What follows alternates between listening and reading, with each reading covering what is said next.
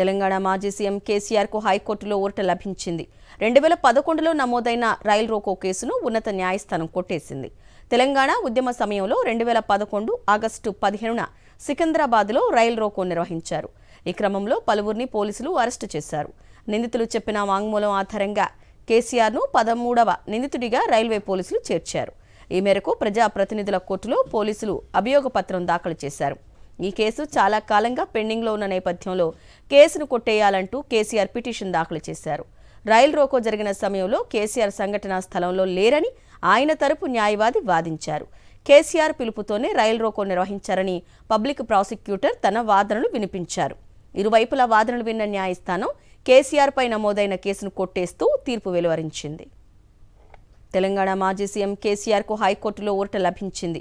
2011లో నమోదైన రైల్ రోకో కేసును ఉన్నత న్యాయస్థానం కొట్టేసింది.